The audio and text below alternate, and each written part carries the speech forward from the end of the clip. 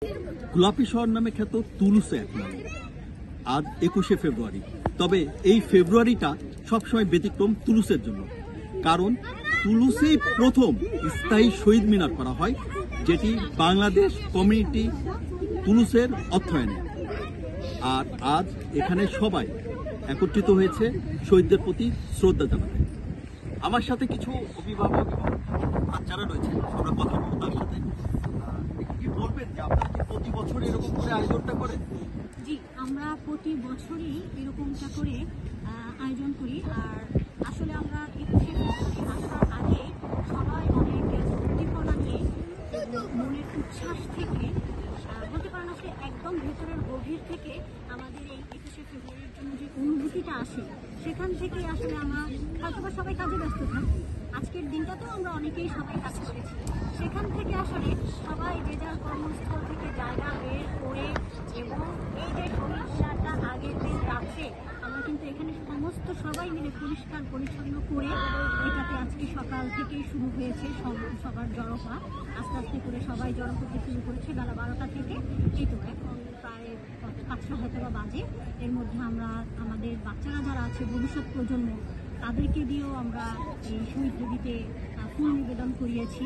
আর সবথেকে ভালো লাগার বিষয় হচ্ছে আমাদের মেরি দু তুলুস এই কাজটিতে প্রত্যেক বছর আমাদেরকে সার্বিক সহায়তা করে থাকে। তো আমি গর্বিত একজন বাংলাদেশি হয়ে।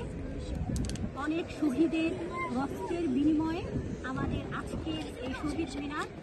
আমরা প্রবাসে যারা থাকি আসলে তারা সবাই আমরা প্রয়োজনের তাগিদে বিভিন্ন ভাষা আমাদের শিখতে হয়। যেমন আমরা এখন যারা ফ্রান্সে আছি অবশ্যই আমাদেরকে ফরাসি ভাষা শিখতে হবে, যারা জার্মানিতে আছে তারা জার্মান ভাষা শিখবে, যারা ইংরেজি কান্ট্রিগুলিতে আছে তারা ইংলিশ শিখবে। এটা তাদের জন্য আসলে জীবনের জন্য প্রয়োজন বা বাধ্যগত। কিন্তু আসলে বাংলা তো হচ্ছে আমাদের হৃদয়ের ভাষা, বাংলা হচ্ছে আমাদের মায়ের ভাষা। এই ভাষা তো আমরা জীবনেও ভুলতে পারবো না, আর এই ভাষা আমরা কখনো ছাড়তেও পারবো না। এই তাগিদ থেকে আসলে প্রত্যেক বছর আমরা এখানে সবাই শুধু ওনারাই নয়, সন্তানও এসেছে, কথা বলবো তাদের সাথে। তোমরা কেমন আছো? তোমরা আজকে কেন এসেছো এখানে? এখানে আমরা একটা আজকে 21শে ফেব্রুয়ারি, আর আমরা একটা 21শে ফেব্রুয়ারিতে কি হয়েছিল জানো তোমরা?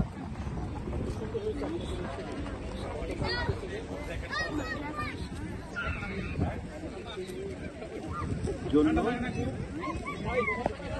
শহীদ হয়েছিল বাংলাদেশিরা। প্রিয় দর্শক, এইভাবে করে প্রজন্মের পর প্রজন্মকে আমাদের ভাষার ইতিহাস জানানোর জন্য প্রতি বছর এই আয়োজন। শুধু আয়োজনের মধ্যেই সীমাবদ্ধ নয়, এখানে ভাষা শিক্ষা চলে এবং আন্তর্জাতিক ভাষা মেলাও হয় এই তুলুসে। আমরা আশা রাখি ভবিষ্যতে আমাদের ভাষাকে বিশ্বের দরবারে এরাই সম্মানের জায়গাতে প্রতিষ্ঠিত করবে। Ahsan Habib, Toulouse, France, Channel 24।